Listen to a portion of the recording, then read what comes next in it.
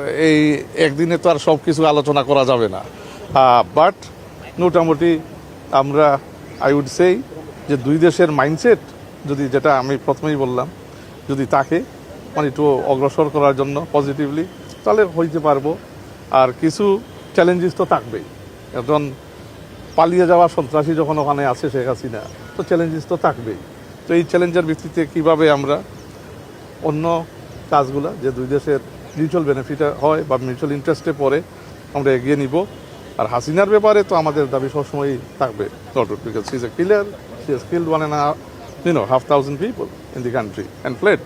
তো ওখান থেকে যাতে কোনো সাবভার্সিভ অ্যাক্টিভিটিস না করে, ওইটা নিয়ে আমরা সবসময় একটা জোরালো আলোচনা রাখবো।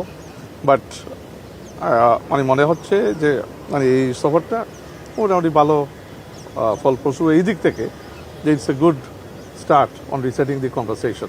So it was positive from that point of view. Thank you.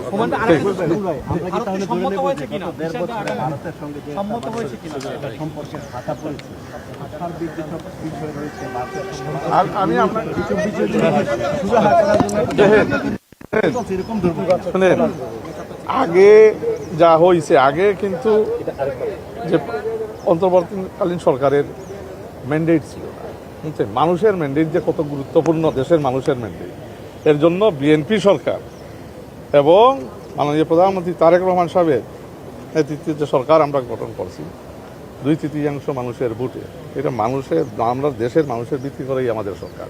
So we have the confidence, we have the position of strength, that is required to negotiate international ডিপ্লোমেসিতে। যদি আপনার দেশের মানুষের ম্যান্ডেট না থাকে, ইউ আর অলওয়েজ উইক। তো we have that. তখন আমরা আলহামদুলিল্লাহ বড় গলায় কথা বলতে পারি, কনফিডেন্স নিয়ে কথা বলতে পারি, কারণ আমাদের দেশের মানুষ আমাদের পক্ষে আছে।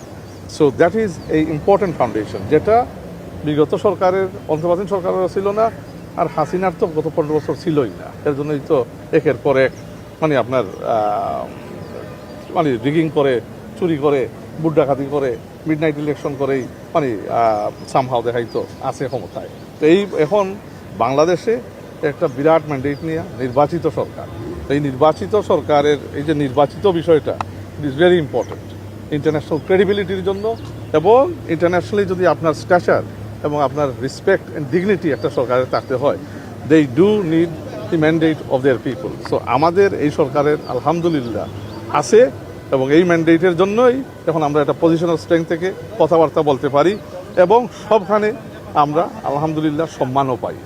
এবং বাংলাদেশকে বিক্রি করে মানে বিএনপি সরকার কিছুই করবে না, বাংলাদেশের ন্যাশনাল ইন্টারেস্ট নিয়েই কাজ করবে, and that is the soul centrepiece of our foreign relations, foreign economic policies. That মানে আমরা যেখানেই করবো, বাইল্যাটারাল হোক, মাল্টিল্যাটারাল হোক, আমরা বাংলাদেশের ন্যাশনাল ইন্টারেস্টকে সবসময় প্রদান